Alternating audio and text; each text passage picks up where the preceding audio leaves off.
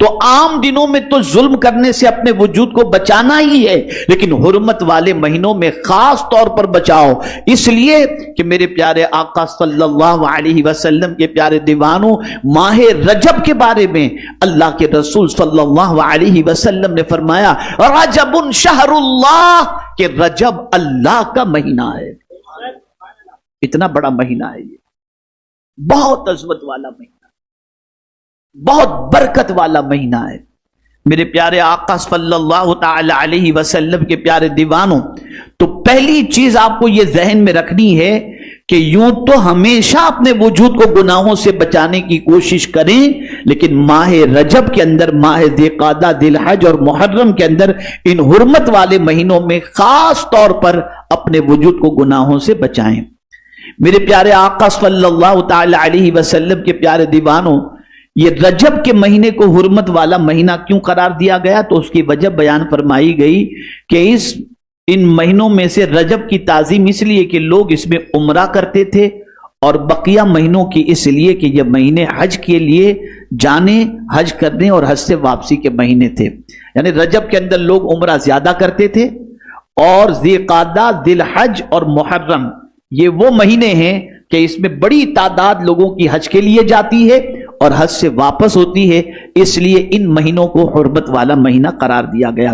اب ان حرمت والے مہینوں میں قرآن کی روشنی میں آپ سمجھ گئے کہ اپنی جان پر ظلم نہیں کرنا، لیکن آج میں آپ کو خاص ماہ رجب کی فضیلت اور اس میں کرنے والے کچھ اعمال کا تذکرہ کروں گا تاکہ ہم اپنے نام اعمال کے اندر کچھ نیکیوں کو جمع کر سکیں۔ حضرت انس رضی اللہ تعالی عنہ سے مروی ہے کہ تاجدار کائنات صلی اللہ علیہ وسلم نے فرمایا، جس کسی نے حرمت والے مہینے میں جمعرات، جمعہ اور ہفتے کے دن روزے رکھے، اللہ تعالیٰ اس کے لیے 2 سال کی عبادت لکھ دے گا۔ میرے پیارے آقا صلی اللہ تعالی علیہ وسلم کے پیارے دیوانوں، حضرت سعید رضی اللہ تعالی عنہ سے مروی ہے کہ جس شخص نے رجب کا 1 دن کا روزہ رکھا تو وہ 1 سال کے روزے کے برابر ہے، اور جس نے 8 دن روزے رکھے تو اس کے لیے جنت کے 8 دروازے کھول دیے جائیں گے،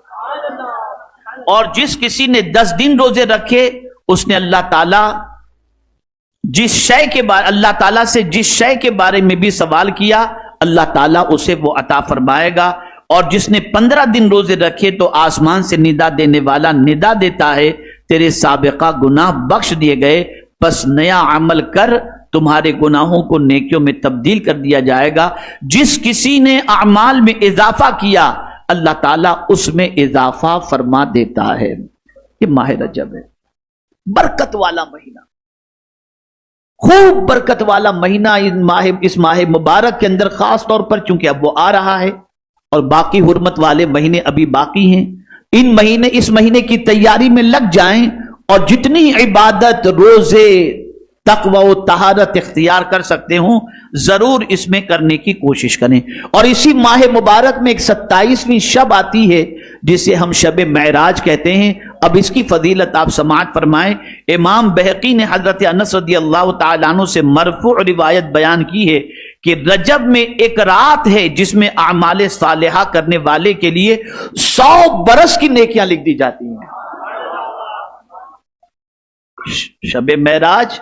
نیک کام کرنے والے کے لیے 100 برس کی نیکیاں لکھی جاتی ہیں۔ اب اس میں ایک عمل بتایا گیا کہ شب معراج میں اگر کوئی شخص اس طریقے سے نماز پڑھے تو اس کا فائدہ کیا ہے۔ میرے پیارے آقا صلی اللہ تعالی علیہ وسلم کے پیارے دیوانوں، جس کسی نے شب معراج میں 12 رکعتیں نوافل پڑھے اور ہر رکعت میں سورہ فاتحہ اور اس کے ساتھ قرآن کریم کی کوئی سورت پڑھتا رہا، اور ہر 2 رکعت پر تشہد کیا اور ان کے آخر میں سلام پھیر دیا، پھر 100 بار یہ پڑھا سبحان اللہ والحمد للہ ولا الہ الا اللہ واللہ اکبر، پھر 100 بار اللہ سے استغفار کیا، اور پھر 100 بار حضور صلی اللہ علیہ وسلم پر درود پاک پڑھا۔ اب سنیے گا اس کی فضیلت، تو وہ امور دنیا اور امور آخرت میں سے جو چاہے اپنے لیے اللہ سے مانگے، اور پھر صبح کو روزہ رکھے، اللہ تعالیٰ اس کی ہر دعا کو قبول فرمائے گا،